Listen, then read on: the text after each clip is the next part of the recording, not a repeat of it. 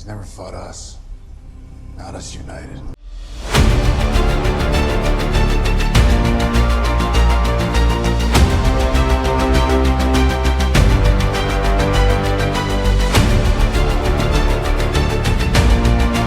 Die. Oh!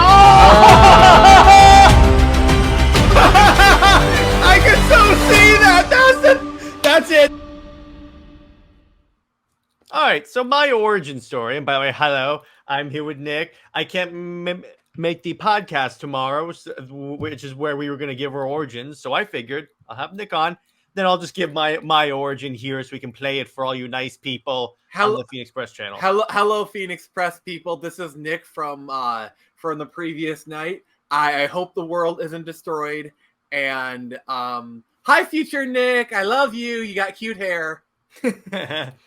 So my origin. All right. So it's the origin of my time on YouTube, right? Or is it just my origin in general?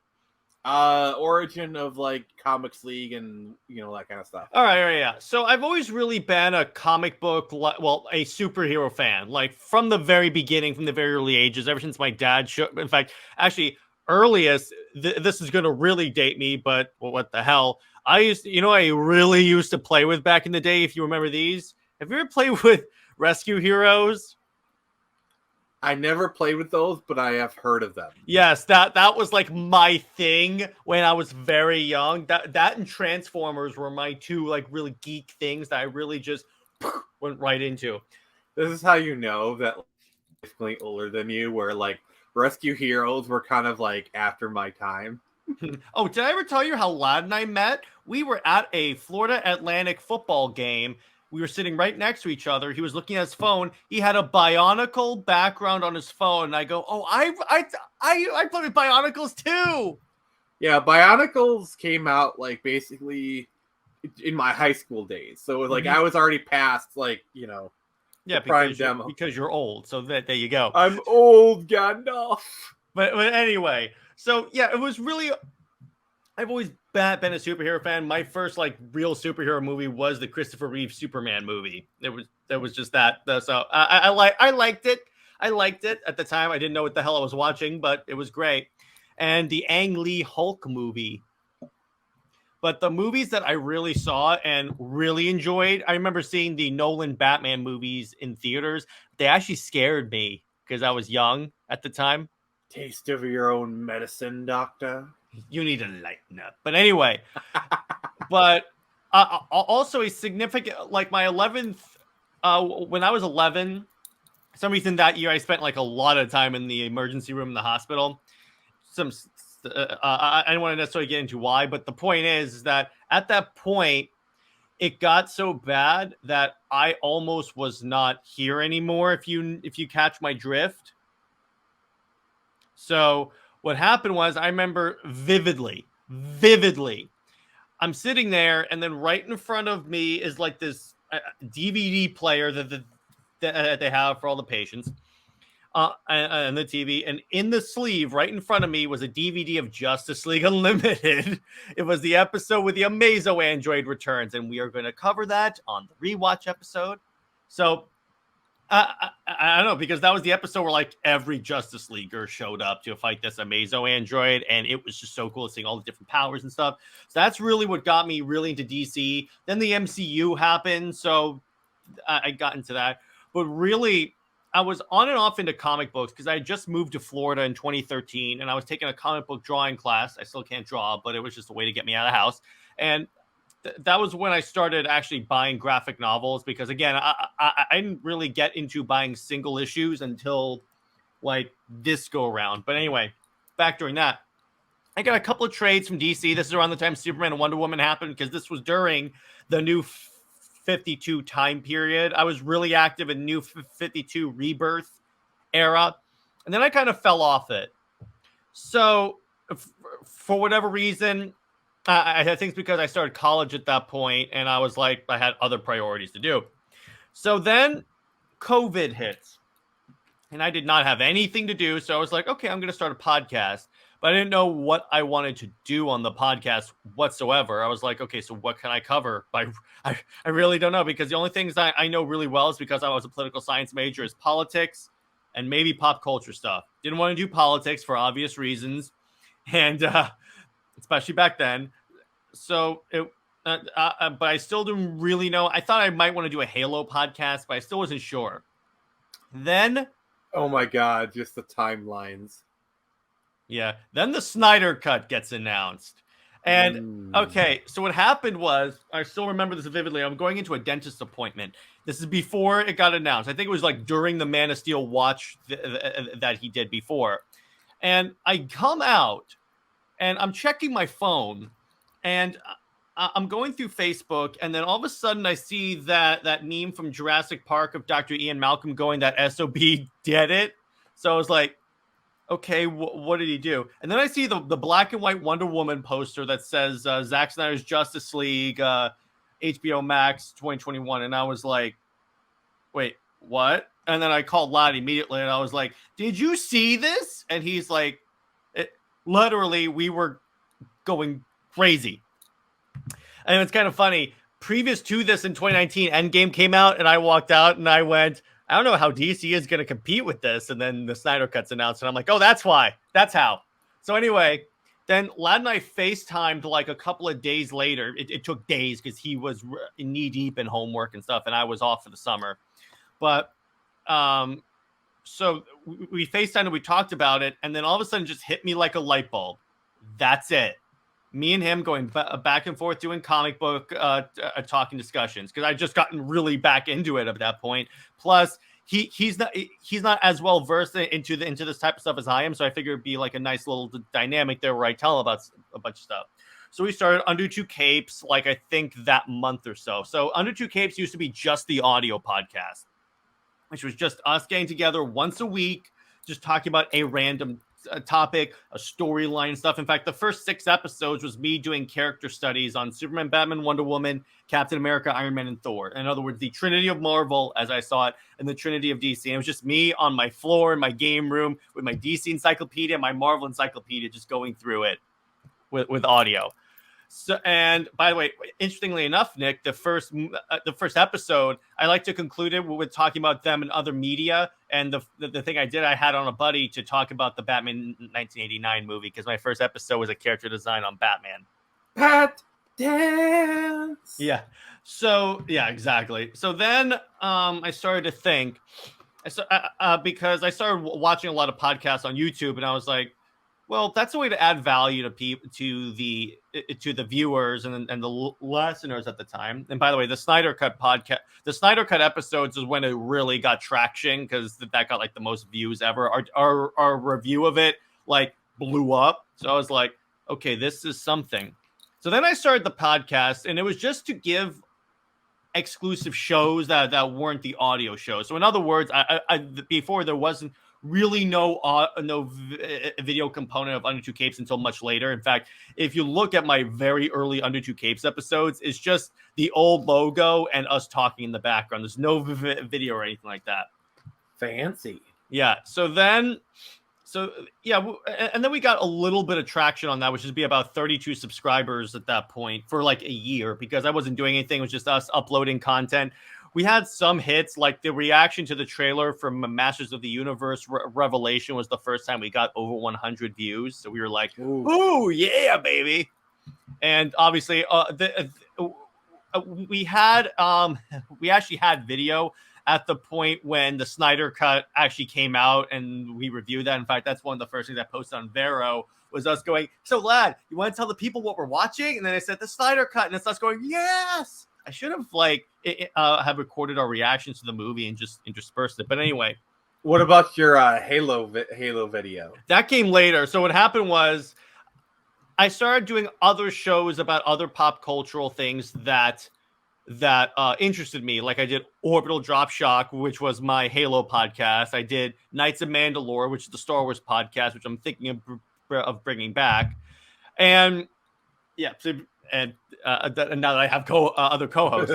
So then Lad had to step away because school, and totally fine. I get that. He's a responsible adult. So then he will be coming back because he graduates soon. So he said he definitely plans on coming back and doing content with us. So that's fun. So anyway, So then I figured, okay, so how do I grow this? Because I really wanted to get out of 32 subscribers for a year. This is getting close to the part where I come in. Yeah, exactly. So I decided, you know what, screw it. I DM'd Wes from Thinking Critical, not expecting him to say yes because I only had like 32 subscribers. I asked him, hey, you want to come on the podcast and talk about stuff? I really enjoy your content and would love to talk to you. He goes, I would be honored to come on your show. So we recorded the episode. He's in the Philippines, so I had to record. I had to wake up at practically 8 a.m. to record with him. So I was like, worth it. So I recorded an episode, did great. Went great. So then I upload it, and it's set to upload the next Friday, which is about the next day because it was a Thursday when I recorded. So I'm getting in the car once. I was out and about when it went uploaded, and I get up and about, and it had 7 views by the time I got to the car. So I was like, okay, it's gaining momentum faster. Then in 15 minutes, it got over 100 views. And then the damnedest thing happened. 33 subscribers, 34 subscribers, 35. They started railing in to the point where Lad and I was like, we did it. We got out of 32 subscribers. And then I figured, okay, this works. So then I DM Max Priestley, my boy. If you're watching the, shout out to Max Priestley. And he hasn't appeared on the show in like forever. He appeared on the show like I think last week or the week before to talk about masculinity and comic books. But okay, I just wasn't there then. Yeah, I'm trying to have him more on there. But anyway, so he came on and that did really well. So I figured, okay, collabs. This is how I do it. And then I had Gabe El Taib on. He was the next one. Super great guy to talk to. He's a good pal. He's a good pal. So then all of a sudden I get a DM on Twitter by someone saying, hey, can I come on your show do you have an opening on the show for me to come on and promote my comic? This is a certain individual that's to the to my left, but you're right. So I was like, okay, fine. That's cool. I can use this to like promote other comics. So I get on. I'm wearing the Snyder Cut hoodie that has the emblems on the side, but I still have to get it sewn because there's a hole in it, but it's a small hole. I'll get it fixed. But anyway, it's well loved. The minute I knew Nick knew what's up is when I got on and he goes, nice hoodie. By the way, that movie's better than people say it. It's the Snyderverse is more popular than people say it is. So I'm like, okay, yes, 100%. This guy's cool. This guy's cool. And speaking from my side, basically the thing that kind of sealed our initial kind of like, hey, you're cool kind of thing is when we did the podcast. It's like, you know how like when you're kind of talking to someone in a more professional setting where it just clicks. Yeah. Where like the back and forth is just like amazing. Like I think it was like even after that podcast, we were both like, hey man, do you want to collab more? Like I think we both kind of like, because what it was I was like, because I wanted to have more, I wanted to do more content collabs. So you were the only one that was available. So I was like, okay. And then we didn't even say, do you want to partner up? It was just like, it just happened to organically happen like that. Yeah. Like it just kind of started out as like, hey, you want to appear on some more stuff I did, and then I just kind of appeared on more and more and more and more and more and more. Yeah, like, eventually he started to become a tumor that just grew out of control. I'm only kidding, but I wish you had this as a drop, but like did we just become best friends? I'm gonna get that one. But so let me ask you this on your side: did you just randomly come across my Twitter and just figure out screw it?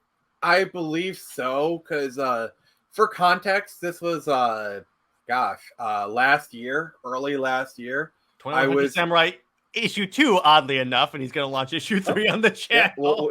We'll be getting to that. And I was just kind of looking for podcasts to come on to promote my book, as you should.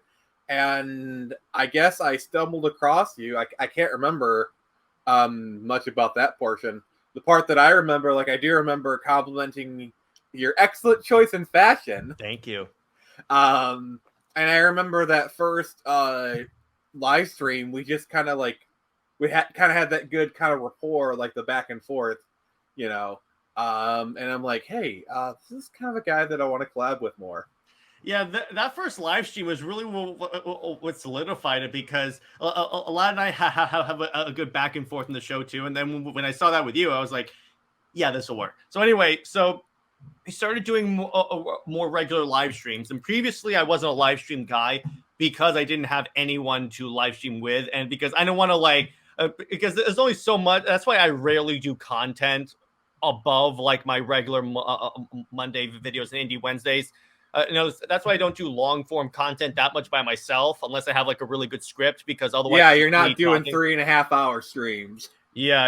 I'm not doing Snyder Cut length streams. As fun as that was. So anyway, but so that's really what it turned into. And then all of a sudden we get so at one point I drop because I'm in a bunch of Discord servers. I drop advertisements for like the shows I do. And all of a sudden someone named Taladia Plays hops in the chat and says he has behind the scenes information on Gotham Knights the game.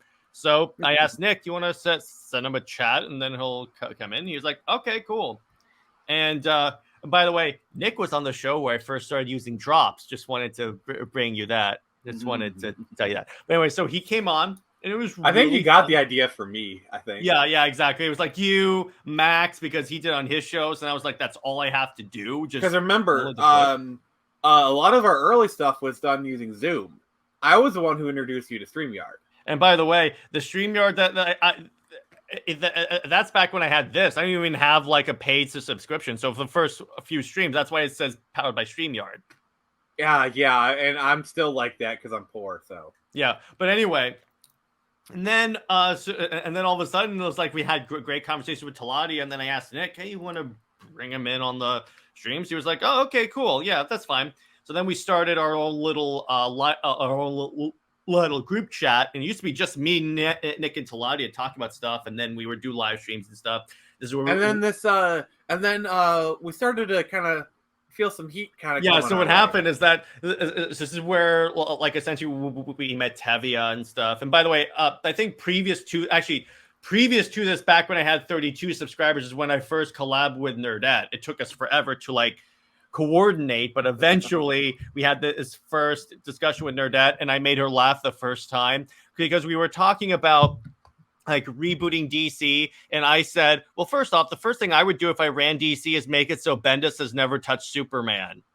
And I made the entire panel laugh, and I got to rant, and then they had me rant about how much I hated Bendis' Superman, but that's besides the point. But anyway, so this is happening, and then we started doing like Snyder Sundays, where we watch all of Zack Snyder's movies, and this is where like Snyder Queen came in. This is where Jay Heat came in. And speaking of Jay Heat, then what happened is that we started doing this thing where like at the end of every movie stream, we would have you on for 5 minutes. We still do this, and you could tell us what you thought about the movie.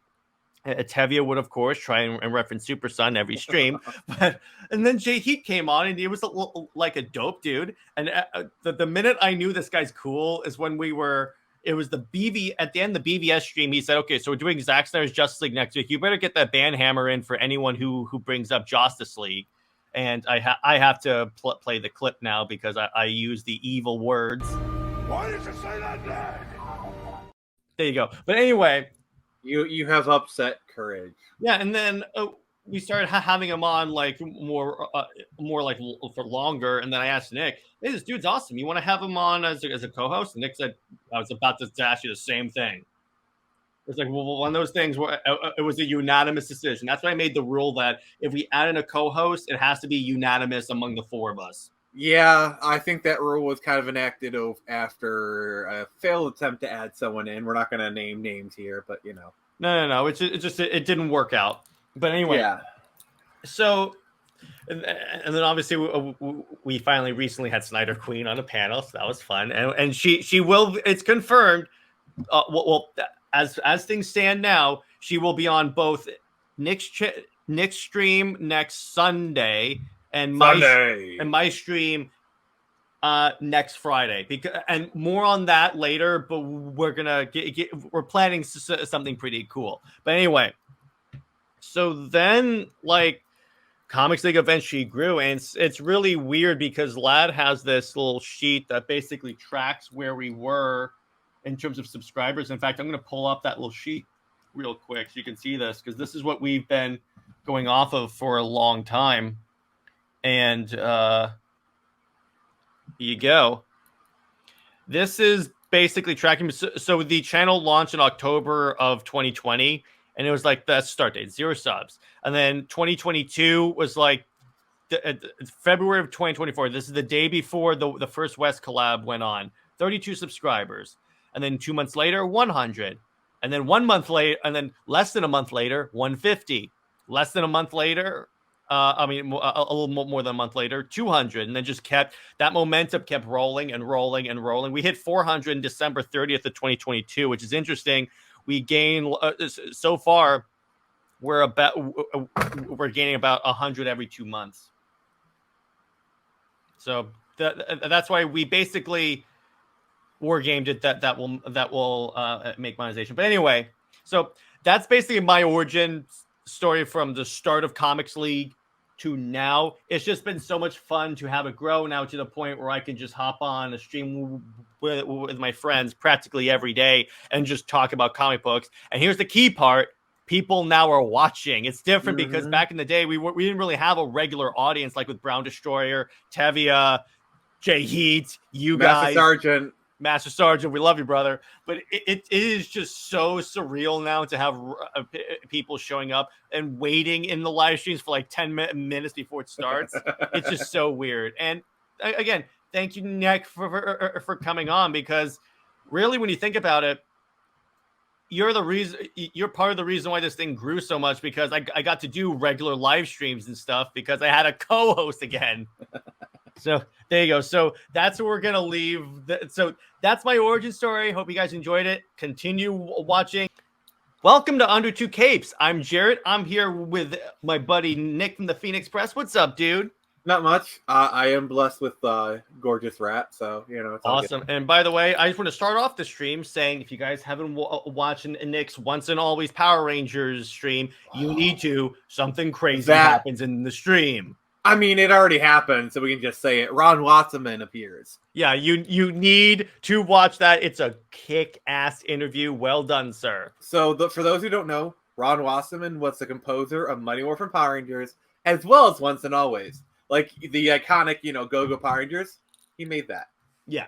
So watch that. So, and then I wanted to have him on because he and I have known each other the longest, and we've talked a lot actually on our other shows about comic book fandom. So we figured we'd collab on this. So we're going to talk about why is comic book fandom so negative, and it came up with a little bit of a list of like 5 reasons. Number 1 being overprotectiveness / overpassion, because being passionate it's fine. It's totally fine. That's what you want to have. Before you go into this, I would kind of caution in a topic like these, it's so easy to be like fandom bad, fandom toxic, fandom mean. Yeah. And I feel like when you're kind of saying some of those topics, they could very easily head in that direction. Mm-hmm. I just want to say I think this is a very nuanced topic, and while we might not get to the bottom of it in the stream, we are going to do our very best to talk about it. Yeah.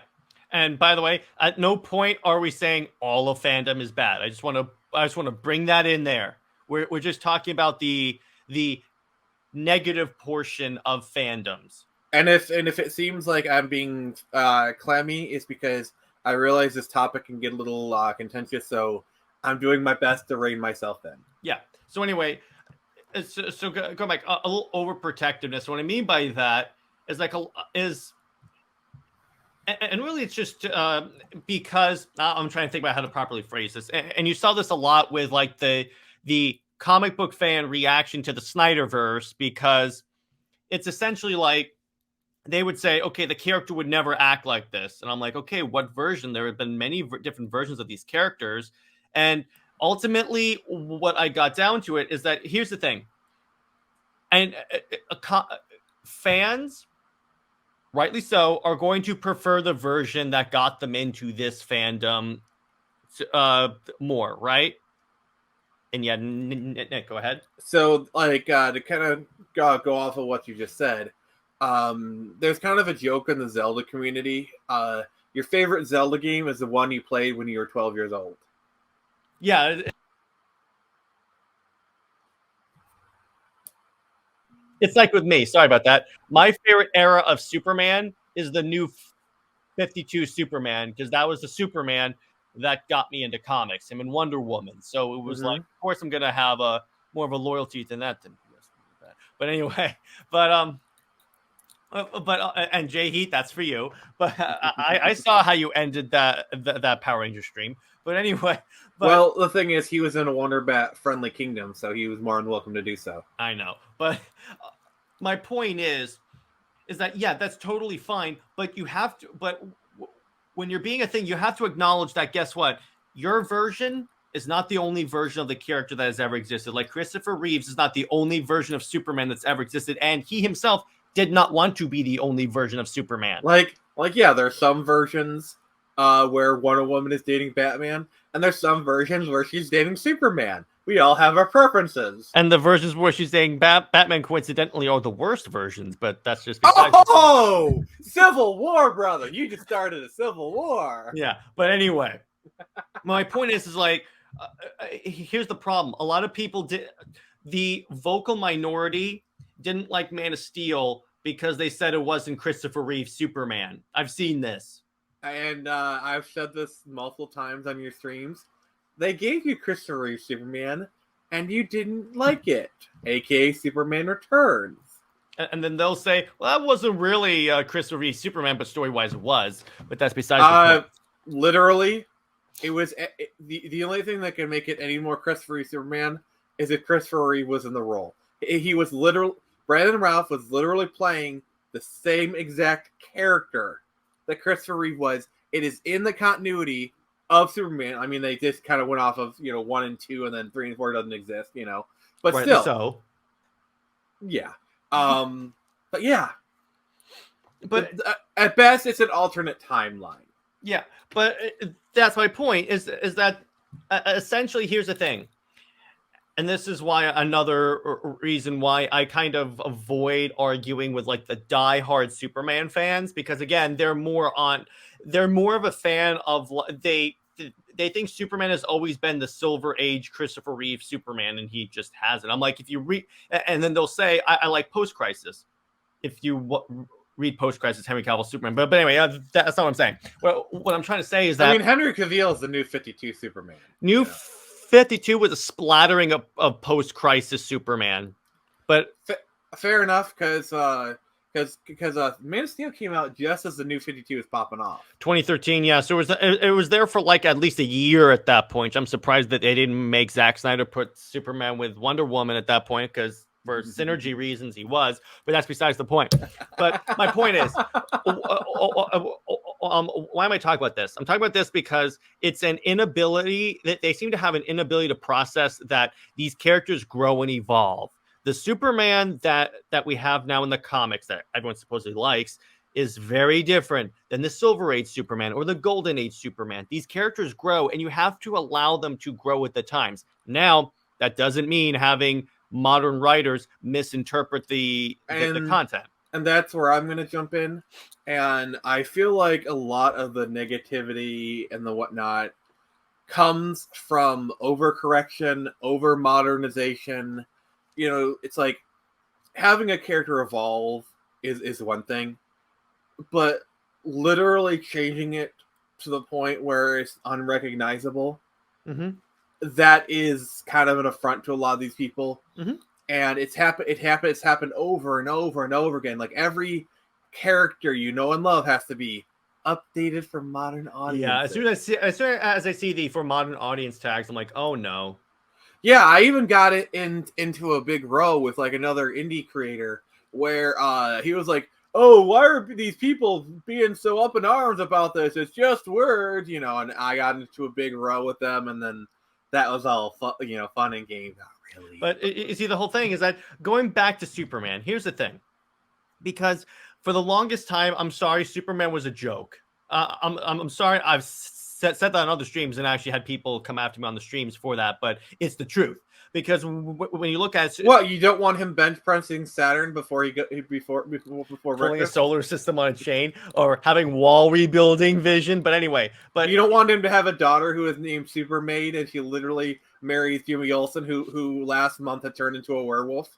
Yeah, I know. But anyway, but Those are actual going through stories, by that- the way. Yes, I know. I was watching a movie. This is like a newer movie, but it's a kid-ish movie. But I was like, okay, whatever. I saw this movie called "We Can Be Heroes," and there's a line in it. It's on. It's basically in the universe of Shark Boy and Lava Girl to give you guys an idea there. So there's a line in it where someone goes, "Superheroes wear their underwear on the outside of their pants." And it's meant to be played off as a joke, and that's the thing, because we know who they're referencing. And that's another reason why Superman Returns didn't work. Because here's the thing, Christopher Reeve's Superman works for that time period. 100%. And you know what? It's great. As a modern Superman fan, I still like that movie because you know what? It's good for, like, this is what it was like back then. It's totally fine. I like Henry Cavill in New Good evening, 52. Miss Lane. I like Henry Cavill / New 52 Superman / late post-crisis because he still was Superman. He still was doing the Superman things, no matter what you people will say. Wait. Play the clip. But he was doing it in a more realistic way. I'm sorry, what? Which clip? He's doing a Superman thing. Oh yeah, that works. Okay, hang on. Let me pull that up. He's doing his Superman thing. I'm sorry, you literally said it word for word. I was like, yeah. So he was still being Superman, but he was doing it in a way that, because here's the thing, after I saw Man of Steel, previous to this, I wasn't the biggest Superman fan. Because I was like, okay, he's the Boy Scout that always does everything right. I saw Man of Steel and BVS, I'm like, and Zack Snyder's Justice League, I was like, I get it now. And then I started reading the older stuff that everyone always says Zack Snyder misinterprets. And that's the thing. These properly done modernizations of characters. I have to say properly done because, again, we refer to what Nick says. If they're properly done, I essentially said, and when I was debating on Nerdette about the Snyderverse, I said, here's what you have to understand. Think of this as, this is probably a bad term, but a gateway drug. Essentially what happens is that you use this as your entry point, saying, okay, I got him with Henry Cavill Superman, and now with this new mindset thinking about Superman, I went back and I read the older stuff and all the newer stuff. I read Kingdom Come, For Tomorrow, All-Star, and I was like, okay, now I get it. You got any more of those Supermans? Mm-hmm. And here's the thing, and this dovetails into my number 2 reason. Okay, a part of the reason why I think the fan base, to the extreme portion of the fan base, I'm going to very much differentiate that. I think to a degree, they want comics to stay the niche market that it is, the niche, like not as like mainstream medium, because it makes them feel like they're in a secret club. Yes and no. I guess the dynamics is we're kind of on opposite sides of this, which is great. That's great, but go ahead. See, the problem, the thing, and that I kind of feel like, by the way, the term you're looking for is gatekeeping. Mm-hmm. I think the reason why a lot of nerds gatekeep is because nerddom was not always a cool hobby. People were bullied for it. Yeah. And so you have, roughly, the same people who bullied you about it are now into the same things and claims, oh, I always loved Star Wars, or this or that. And you're literally seeing the franchises that meant so much to you, that saved your life, that literally got you through the worst times of your life, where these mean more to you than life itself. I'm not being hyperbolic here. I mean, this means a lot to people. I'm here. And you see these people just kind of come in, kind of take it over and push it out. It's like, I don't know if you ever see the meme where it's like, you have this kind of gelatinous thing. It's in the they're like, hey, we don't want you here. Go away. So they kind of create their own box, and they say, oh, this is fine. And then the normies, like the other people, all come in, say, oh, we can't have you here. And then they squeeze them out of, kind of came in. And I don't know if you've ever seen that meme. I'll send it to you after. But it's something we see all the time. And so, yeah, I understand why kind of more of a reaction that we see is people gatekeeping their hobbies more, because it's either that or have it be ruined. That's true, and I get that. But there is a point when it gets a little too insane. Case in point, and here's the thing, this is another point I said, because let's say you're someone that wasn't really into comics, wasn't a bully at all. It just wasn't your thing. Wasn't into Superman. Then you see Man of Steel, and he's like, "Oh man, I want to read more about this character." Well, let's say that ideal scenario that DC and Marvel really want happens. You show up and to like a bunch of comic book like friends at a convention, let's say, and you go, "Oh man, I just got into Superman. I really like him." And they go, "What got you into Superman?" Then you say Zack Snyder's Man of Steel, and they'll go, "That's not Superman. You're not a real Superman fan." Are you gonna really enter that fan base? Is that fan base going to grow if just saying, "Okay, I got in because of this," and then you're admonished for it? Is that healthy for the fan base? I mean, I there's like, my thing is like, there's always extremes, and like I don't agree with that.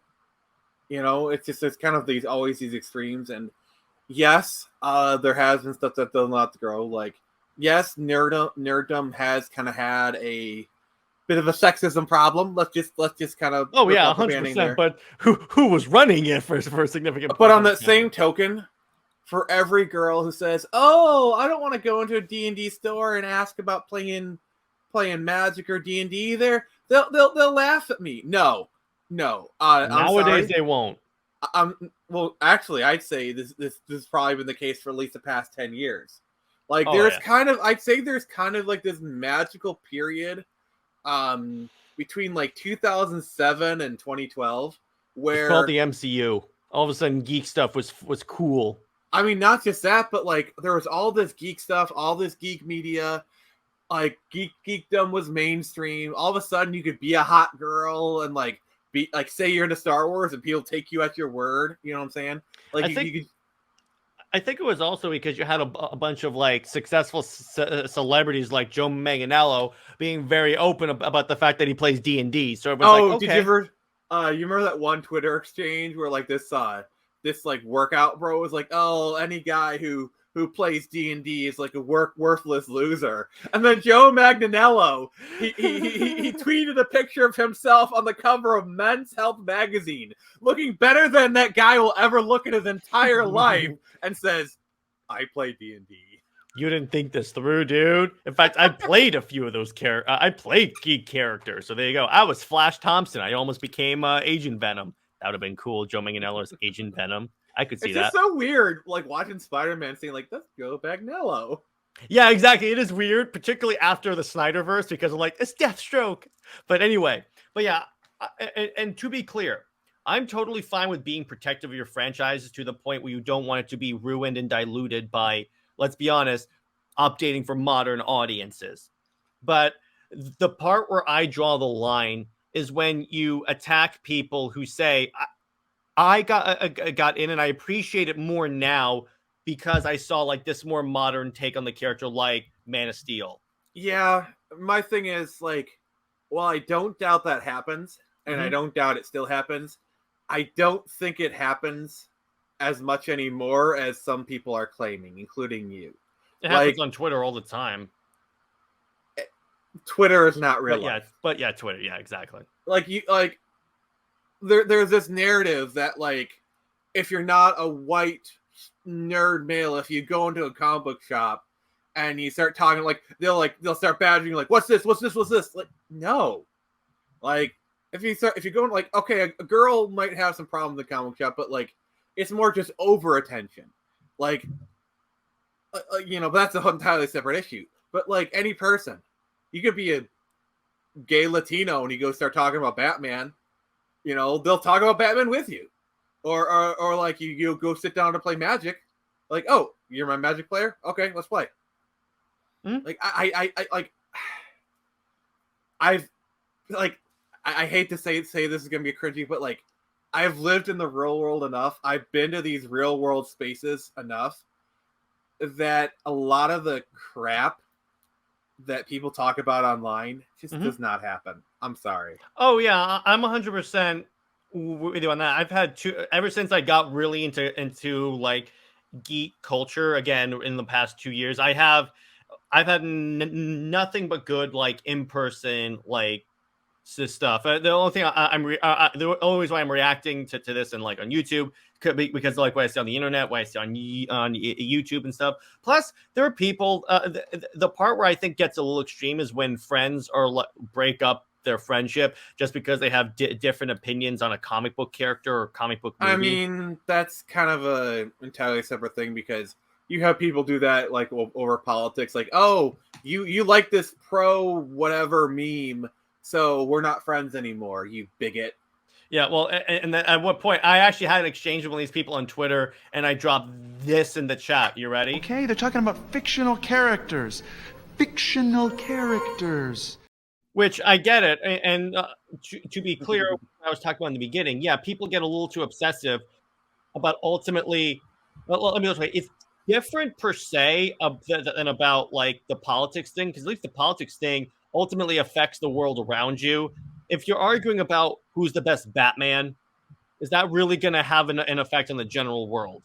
I mean, we all know it's Keaton, so. Well, we all know it's Affleck, but that's besides the point. But to be clear. Let me be clear. By the way, that was just kind of a bit we just did. By the way, yeah, exactly. It's all good. But let me be clear. It's 100% fine. I'm just the purpose of this video is to talk about why people go to the extreme. That's it. I'm not in any way, because I'm one of the fans that'll be the first to tell you that. Like, Ta-Nehisi Coates' Superman likely is not going to be a legitimate version of Superman, and likely won't come out, but that's besides the point.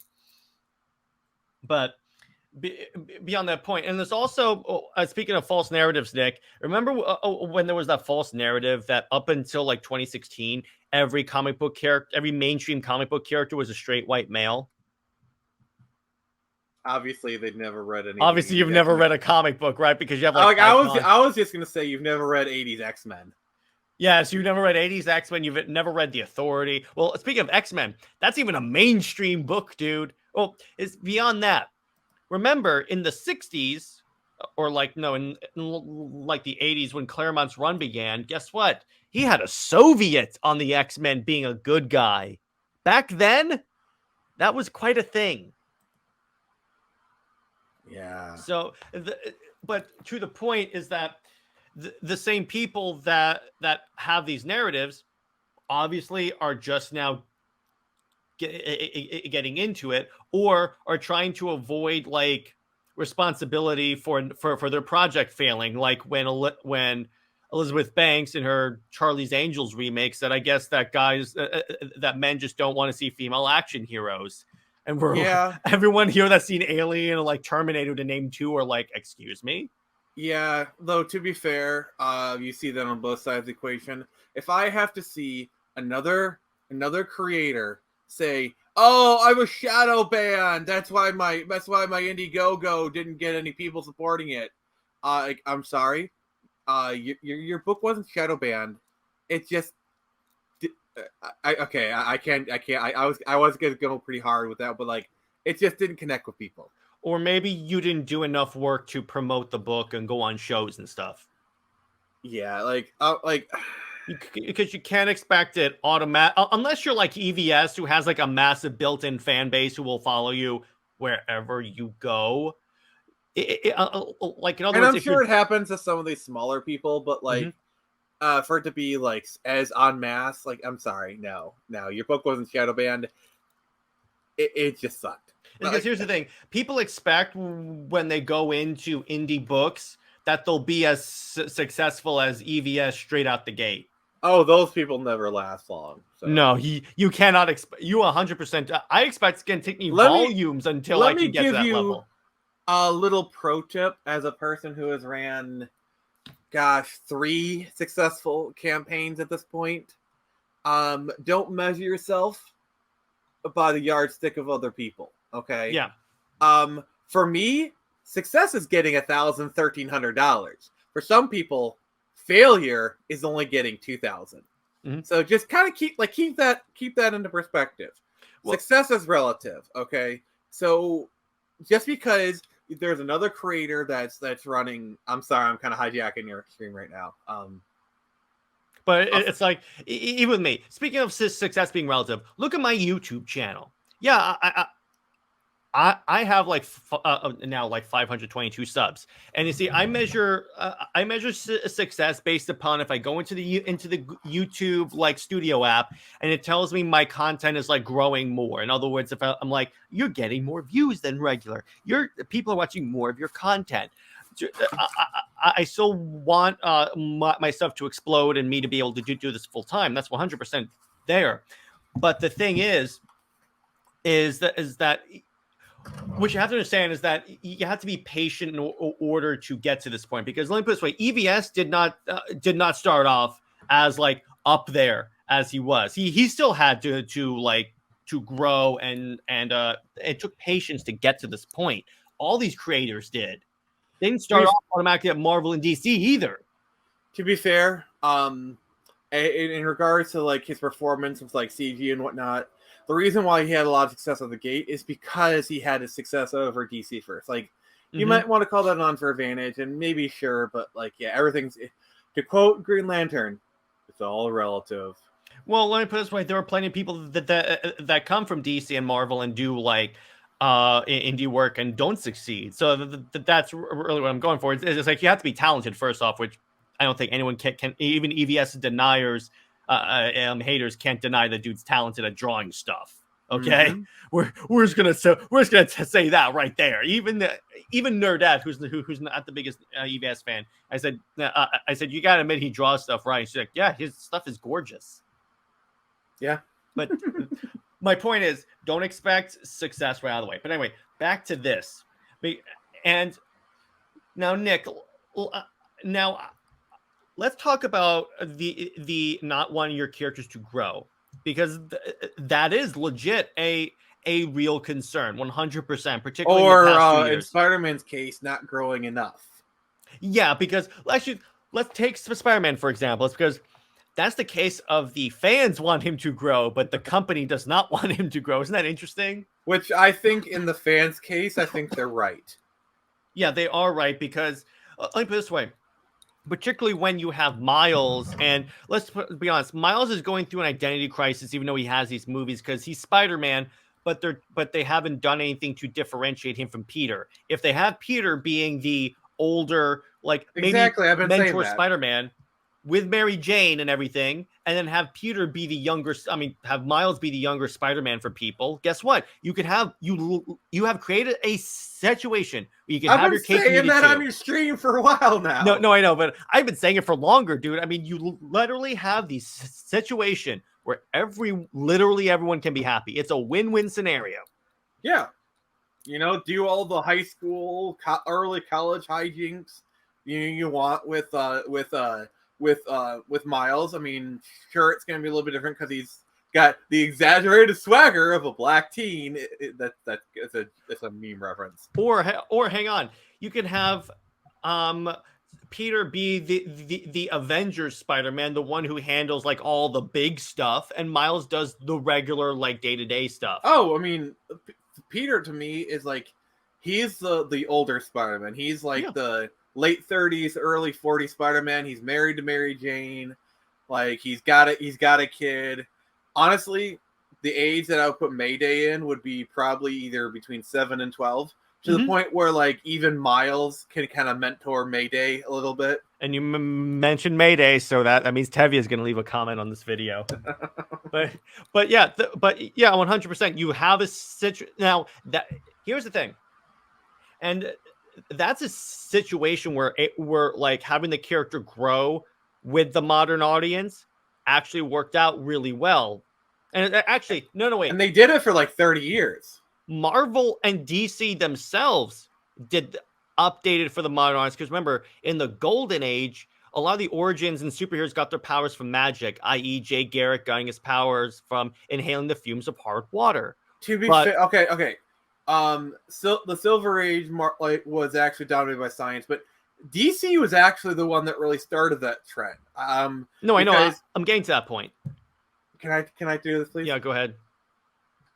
So in the late 50s, early 60s, you had editor Julius Schwartz basically reinvent a lot of the characters. Like, for example, Green Lantern. Yeah. The original version was like a magic space rock. but then he returned to the Green Lantern as Space Cops. And then the Flash got more technological, and a lot of the other characters had more of a science bent. Marvel didn't really start like Fantastic Four didn't come along until 1962. So it was basically kind of like this magical period from about 1962 to about 68, 69, roughly, when they were just like creating left and right new stuff. Iron Man, Captain America, well, not Captain America, the Hulk or something like that. But anyway, to be fair, they did reinvent him. They did update Captain America. Like you want to talk updating for modern audiences, they really did. Like Captain America's modern interpretation came from the 60s. The man out of time concept came from that Stan Lee. And it's like, look at that's the occasion. They recognize that the audience isn't buying like necessarily at the time the whole magic thing. So DC was like, let's give them more science because we're in this age of like, because remember this was during the Cold War and mutually assured destruction with nukes. So they were like, let's play with that, and that's also where you got like the Hulk and all that stuff. So that's the way you do it right. You recognize necessarily what's going on and how can we. Okay, wait. Because we see a lot today, but it's done poorly. You need talented writers who can recognize when not to go too far. In other words, when like not to have Batman ignore Riot. I have to say that because that happened in like earlier. I was like, sorry, I'm getting angry just thinking about it. Yeah, but and that's the thing. And I said this to Nerdette. That's my definition of woke. When you take your own personal politics and apply them to a character that they're incompatible with. Or if you're having environmental protest while a monster is attacking in the background. To be fair, that was just a cover, but still was a stupid cover. When you have characters in the DC universe that could solve climate change like that, but that's besides the point. But I mean, to be fair, that's kind of that was kind of the whole point of Superman 4. Yeah. But the point is, like, even look at post-crisis. Even then, the stories got way more mature. You had Batman having his back broken by Bane. You had the death of Superman. You almost at like any story from the 1980s. Yeah, you almost had the violation of Wonder Woman. I say the violation because I don't want to like do that, and I'm glad that storyline did not come out. But the point is that you start to see more mature and dark storytelling. So whenever anyone says, because I was on a stream with someone and they mentioned, well, the movie should include some of the more whimsical elements of the comics. And I'm like, comics aren't whimsical anymore if you read anything from Crisis and on. To be fair, that's actually kind of one of the reasons why I like the first Shazam movie, because they kind of bring back that whimsical feel a little bit. And I think for a property like Shazam, it works. If it's appropriate to the character, because a lot of people want it to be just blanket. And we're seeing that with the MCU, because if you look at Thor, what Taika did to Thor ultimately became like the biggest crime, I think, in the MCU, because Thor is not Deadpool if you read the comics. No, I mean, with Thor, and I feel like this is kind of really why Ragnarok worked, is because Ragnarok leaned into the psychedelic of Thor, which I think is what people really like about Thor. Like Ragnarok was a very Kirby-esque movie, and I feel like the colors, the synth score, the palette cleanser. I feel like if Thor: Love and Thunder was not the comedy it was, if it was a more serious movie but still had some comedic elements, like if they had used, I always point to the best version of Thor when they had balance, Infinity War. If they had that characterization of Thor, I think that the general audience would not have rejected Love and Thunder. See, the problem with Ragnarok is when Ragnarok and Love and Thunder is Ragnarok was at least was held back enough that when it did have serious moments, they actually hit, like the death of Odin. I'm sorry, that hits you in the feels, like when the music swells, or like that moment where she takes out his eye, like you feel that, and it's still got the laughs. I feel like Ragnarok is a very balanced movie. A little more. It went a little too much into the comedy that I would have liked, but it was better than Love and Thunder. Love and Thunder was basically a Deadpool movie. That's basically what it is. At least in Love and Thunder, they didn't replace Thor with Jane. They killed Jane. That's like the one redeeming thing about That's the that one movie. because I immediately thought they were going to do it when they bring in Mighty Thor, but again, she's not Thor. But that's besides the point. That's a conversation for another episode. But the point is, it is possible. This is how I know that the majority of the creatives who were working for these companies aren't necessarily the right fit. Because guess what? It has happened before where you update these characters for a modern audience, and guess what? It turns out great. It is possible to do that. It's not the impossible feat that like some creatives make it out to be. Like you want to talk about updating for a modern audience, Mr. Freeze. Oh, Literally, the only reason why people talk about Mr. Freeze is because Batman the Animated Series literally reinvented his backstory. Like, go back and watch the 60s Batman and that version of Mr. Freeze. Yeah. Like, it's like an entirely different character. It got to the point where as soon as Heart of Ice came out, DC changed everything about Mr. Freeze to make him that version. Like, literally, by the time they got to Batman and Robin, they were using the animated series origin. Yeah, exactly. It's as much as you want to say about Arnold's portrayal of Freeze. It was that. That's like, what, 3-4 years after the premiere of the show? Yeah. So it's not like that quickly. It's literally not impossible to update it. And you can even play into the ambiguity of being a superhero, like play into the moral gray area. That's why I think Batman is so popular with non-comic book audiences, because he plays a lot in that gray area. It's not so much like black and white, good or evil. I personally think the reason why Batman is so successful is honestly his moldability, because Batman can be multiple things. Like, he can be like the Caped Crusader, he can be the Dark Knight, the detective. Plus, also for actual, this is the one DC superhero where you can become Batman if you have the money and the time and the training. I think that's also part of it. The fact that he's just a man. Like, he's honestly, he's kind of almost a Marvel character in that sense. Yeah, I'm gonna get the one Snyder cut clip I don't have is when Barry goes, "What are your superpowers again?" I'm rich. I need that. That's so good. I love that. That's It's funnier in the Snyder cut. Everything is. What are you saying, Nick? I was about to. You do too much. You're not Superman, you know. Oh my gosh! Oh my god! One of us needs to get that. Yeah, but it should probably be you. But you know what's kind of funny? The part that makes me like hurt internally was when Peter is visiting Aunt May. He goes, "Hey, where are all my comic books?" And then Aunt May goes, "Those terrible things, I threw those away." And I was like, "No, the fields. Those are worth money, and you threw them away." And you need money to pay your rent. You could have paid your rent with those. I wish Peter said that. I wish Peter at least at one point reacted at some point. To be fair, his collection was probably like 80s and 90s comics, so like they're probably comic book comics, so it might not have been worth too much. Oh yeah, that's true. But Uncle Ben's copy of Fantastic Four #1. It has a bullet hole through it, but it's still worth money. It has a bullet hole? Where do you think they live? No, I said Uncle Ben. You mean think about it? He brought it with him in World War II. What happened to Uncle Ben? Oh yeah, sorry. It didn't because I'm like, what is he carries his comic with him everywhere he goes. I mean, but yeah, that's true. So the point of this, it's not like the most impossible thing to do. I just think that a lot of times,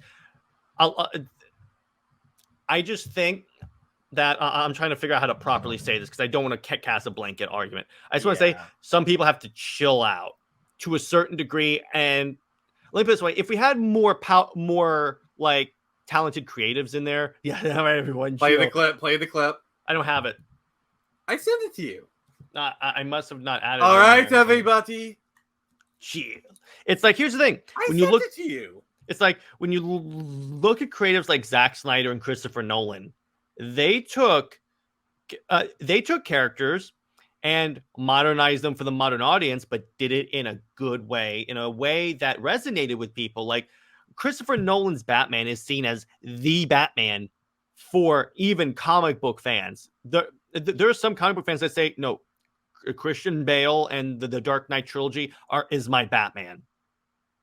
And if you want to go back a little bit earlier, in the 80s, you had Frank Miller basically redo Daredevil with Born Again. You know, he reinterpreted Daredevil for the modern audience, and I think most modern interpretations of Daredevil use that as the wellspring.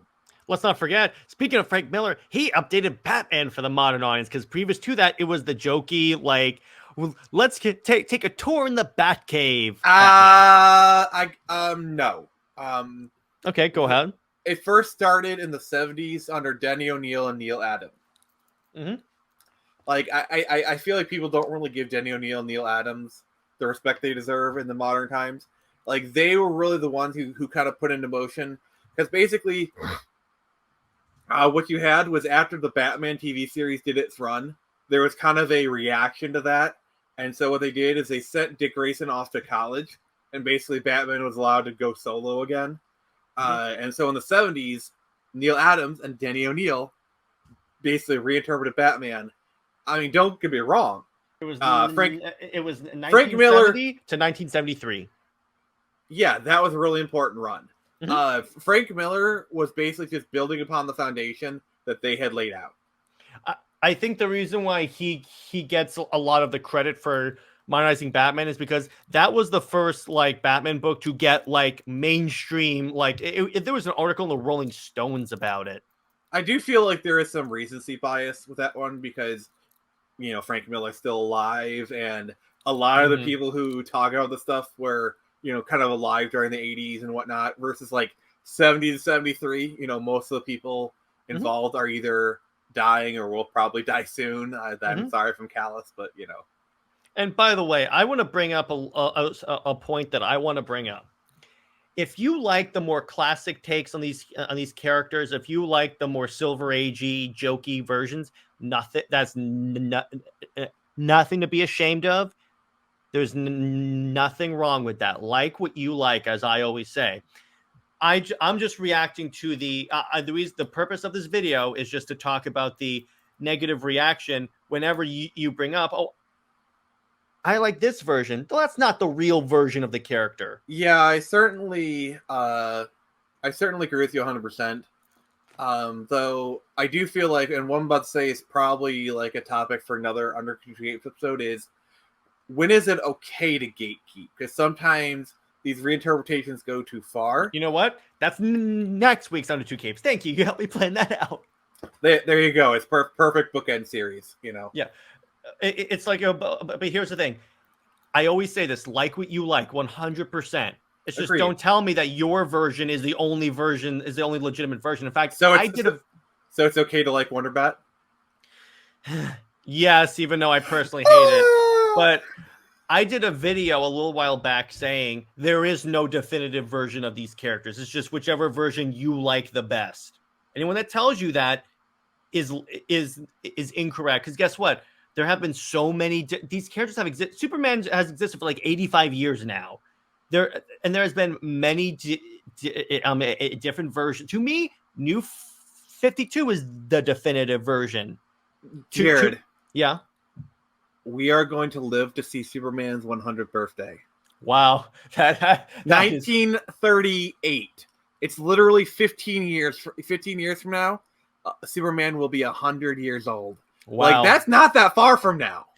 We're definitely doing a special Under 2 Capes episode for that. Oh, baby. We're planning way in advance. Oh, we're going to do something. 15 years we're planning our streams. We're marking our Google Calendar 15 years we're from Batman. Now. We're incredibly prepared. But prep time. But basically, so here's the thing. Nick and I have disagreed on a lot on this episode, more than I thought. So, Wonder. But actually, and that leads to a great conversation. But Nick, do you at least agree with me that there is no definitive version of these characters? Unless it's Wonder Bat. I'm kidding. You do realize we have a truce, right? That you guys keep flagrantly. Are you aware that I was making a joke? Yes, I know. That's why yeah, exactly. But okay, but that's the point. To answer your question, no, there is no definitive version of this character unless it is Batman the Animated Series. And Kevin Well, Conroy. here's the thing. Every I'm making version- jokes. I'm making jokes. No, but here's the thing. And I actually had an interaction on Twitter when someone said, well, Zack Snyder's Superman is not Superman. I'm like, yeah, he is. You know how I know that? It has the official DC logo on the bottom. I was gonna say he wears the S, but that works too. Well, you can. But I'm saying, yeah. All you have to do is look for that DC stamp. I got news for you. Even if you don't like it, hey, let me like you can just say, hey, here's a hot toy of Superman. What does it say on the base? Copyright 2021 Warner Brothers. Yeah, I'm pretty sure they're the ones who can tell you if this is Superman, not you. That's just that's just my point, and that's the key of this episode is that you can have your preference 100%. Like Nick's favorite Batman is Keaton. His favorite Superman is Reeves. Am I correct in that? Yes. Yeah, my favorite Superman is Henry Cavill, and my favorite Batman is Ben Affleck. Let's bring it to Spider-Man. Another perfect thing. I am a Tobey fanboy. But some people like Garfield. Some people for some reason like Holland. They like Iron Boy. I will say this about so Tobey is still my favorite Spider-Man. But the Amazing Spider-Man are my favorite Spider-Man movies. Yeah, I agree with you on that because here's the thing. The Amazing Spider-Man movies are the most comic accurate to his origin and that he didn't get organic webs. He made the web shooters himself. I think the biggest reason... And Gwen Stacy. I gotta say this. I did a rewatch of Spider-Man 1 and I'm sorry. Kristen Dunst's character just ruined it for me. If he was not in it, I probably would like it a lot more because those movies are really good. Dude, you should make an edit. Here's your next edit. Just edit the entire movie, but get rid of MJ. Imagine if they'd done Spider-Man 1, but with Gwen Stacy played by Bryce Dallas Howard. She was great as the brief time she was Gwen Stacy. I gotta say for the Amazing films, the chemistry between Emma Stone and Andrew Garfield, off the chart. that just takes it to a whole that is my favorite relationship dynamic in a Spider-Man movie. That's it. I will say this, Tom Holland and Zendaya's chemistry and their relationship, it's adorably awkward. It's teenage awkward, but I just love Garfield and Emma Stone. That my is favorite scene is the closet one. Oh, I'm sorry, we didn't go to the Taj Mahal closet. It's just I love that scene when Uncle Ben picks Peter up at school. He goes, he has a picture of you on his computer. Probably my other favorite scene is when on the rooftop and he's trying to tell her he's Spider-Man. She walks away. He just webs her. And she her skirt does that perfect thing, and they start kissing. The mother is your dad wants you downstairs. Yeah, but she gets it. She gets it. But because there's only one explanation after that. But that's why I'll always have a nostalgic place for Tobey's Spider-Man because I got really into that when that movie came out. And I remember watching it in theaters. As a matter of fact, that's how old I am. But I was old enough to go see it in theaters. I gotta tell you, once I was actually able to see beyond. Oh, it's Spider-Man. I like the Andrew movies more. I actually feel it's really the problem with those movies. It's just Kristen Dunst because everything else is great. Everything else is great. Even some parts Harry, of 3. James Franco is a great Harry Osborn. And their friendship actually works really well. And the villains of the Raimi films are that's actually except one for of the reasons. Venom. Yeah, but they tried.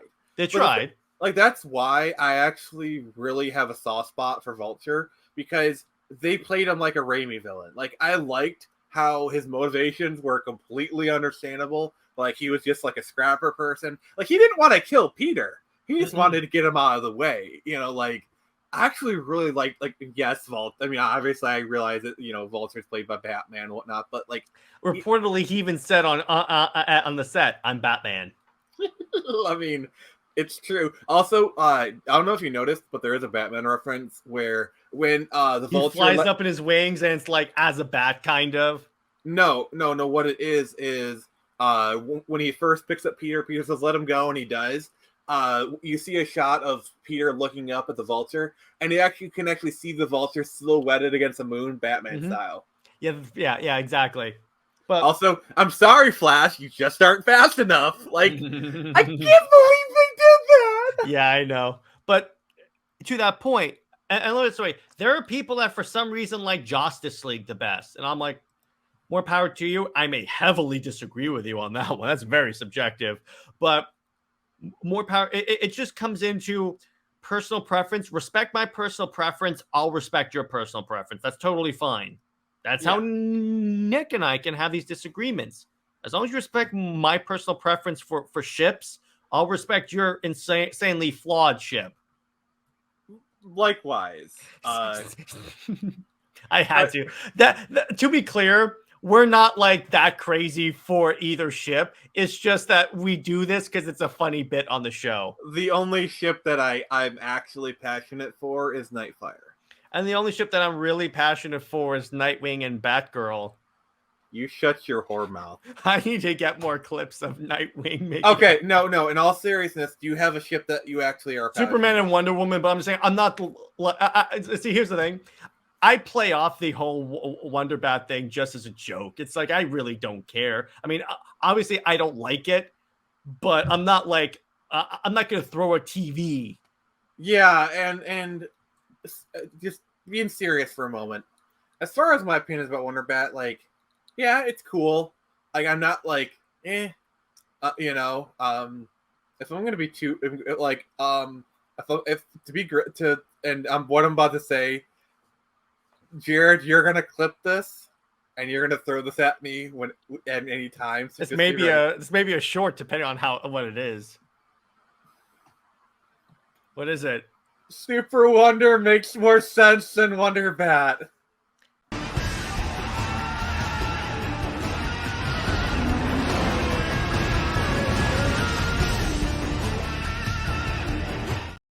Yeah, I'm putting that in there. That's I'm regretting that already. I'm getting you back for clipping the out of context me defending the Justice League. Touche. Like, that was so good. I mean, because you know what's kind of funny. I knew exactly what was going to happen. I figured you were going to go to that, so I literally, as you said, Jared, you're going to clip this. I scrolled immediately down to that 300 clip. At least I gave that was perfectly timed. That was perfectly timed. As soon as you said, Super Wonder makes more sense. Duh. That was so good. In my defense, I'm kind of high right now. Yeah, of course. But that is the defense I'm going to use, by the way. But luckily, I'm just gonna play up until the ending of the cheering clip, so no one's gonna hear this. But when you comment on it, I will. Of course, like when I commented and said, "I love the concept of April Fool's Day." But all right, but the point is, and by the way, I'm gonna send as soon as I clip this, I'm saying that's Jay Heat. I'm gonna say, "Ha, he's converted to my side." But anyway, I'm not. I was just being gracious. But yeah, sure you were. Like this. No pulse. That's besides the point. But I love that clip. But anyway,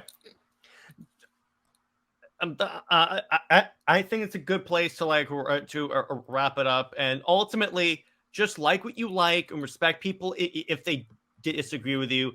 That is 100% fine. Again, and here's a good example of that.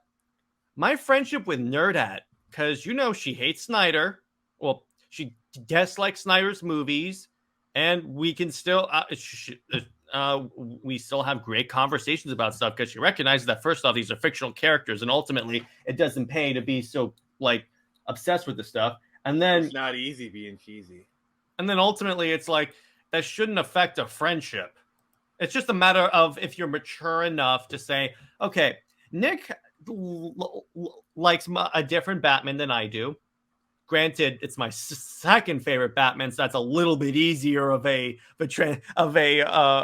clip there. But it's like ultimately, it's like I'm mature enough to say that because here's the thing. Actually, before we log off, here's why I think they get so defensive if you don't like something they like, because it makes them feel, and I get this 100% like justified. They think that there's something wrong with them if they like something that other people don't like, because you had I think it stems from that time period where you could be bullied from walking around in a Batman shirt.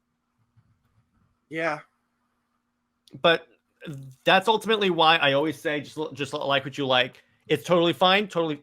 I may not like it, but hey, that in no way invalidates your preferences as a comic book fan. So on that note, so watch Nick's stream. I'll share it out as soon as I can, as soon as probably we get off of this, and watch if you want to see a more in-depth like discussion about about our origins as content creators.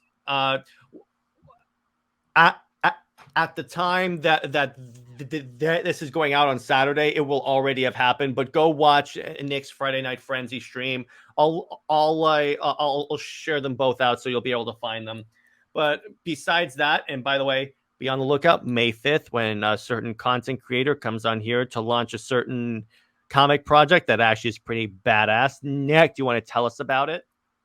Yes, so Turn Samurai number 3 is coming out soon. It's a bit of a I'd say homecoming. You know, like it's literally full a full circle. Speaking of Zack Snyder, full circle moments. Yes, definitely. We'll be launching that live May 5th. So yeah, It'll be a fun little party. And remember, tonight. And by tonight, I mean Saturday night, we're talking about Justice League versus Teen Titans. And at that movie night, we will be giving more of a hint on our plans for next week at a certain event. And it's going to be really fun. We managed to coordinate a lot of stuff. You'll see lots of surprise guests on a lot of our streams. So on that note, everyone, stay heroic, and we will see you tonight at movie night. All right, stay heroic, everyone. Bye-bye.